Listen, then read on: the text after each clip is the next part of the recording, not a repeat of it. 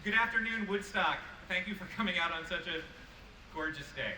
And thank you for coming out to VOTESTOCK with us, to an awesome set of candidates that we're all very excited to run and make a difference for the district. My name is J.D. Jordan. I am, thank you. To humble brag for a second, I am an awesome dad.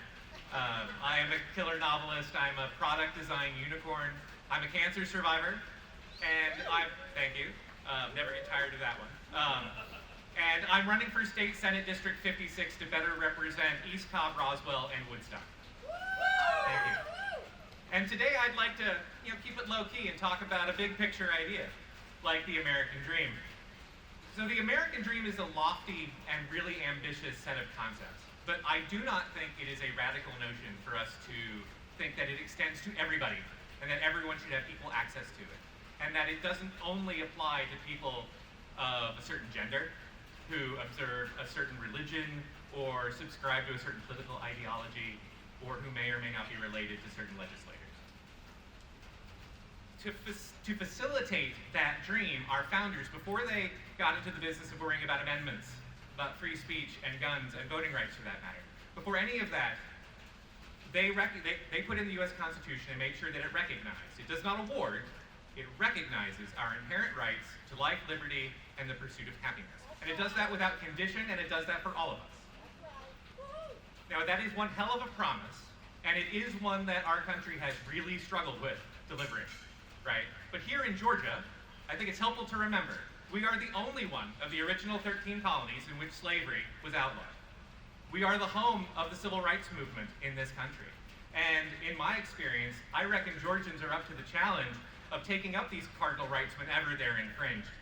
Because when Georgians see injustice, when they see government overreach, when they see the infringement of people's civil rights, we stand up. It's historically what we've done, and we vote. So I would like to try something I have never done before, a little call and response action with you guys. What do Georgians do in the face of injustice?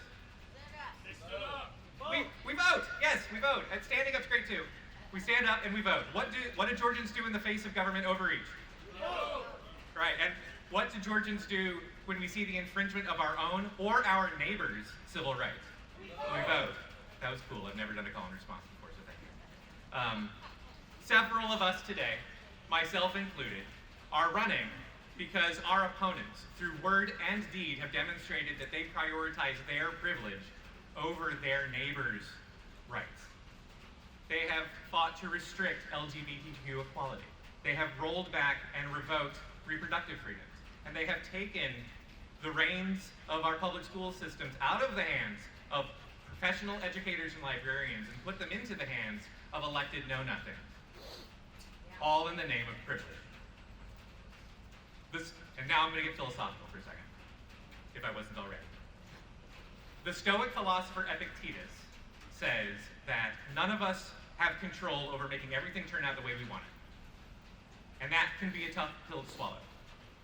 But it's all right, because Jesus, according to the Gospel of Matthew, also reminds us that we should just do unto others as we want them to do unto us. And that sounds to me a lot like how you make the American dream happen. That as I have control over how I live, how I exercise my liberties, and how and with whom I pursue my happiness, so do all of us have those same rights and privileges. And as long as we're not hurting ourselves or other people, that's how we get to the American dream. But maybe that's just me. Maybe our legislators haven't read Epictetus. Or Jesus. My name is J.D. Jordan. I hope you'll come visit me at my tent over there and say hi. I'm very charming. And if my family were still here, other than my awesome son Jack, you'd know they're all a riot. We are really enjoying doing this, we're really enjoying meeting people, and we really want to meet all of you.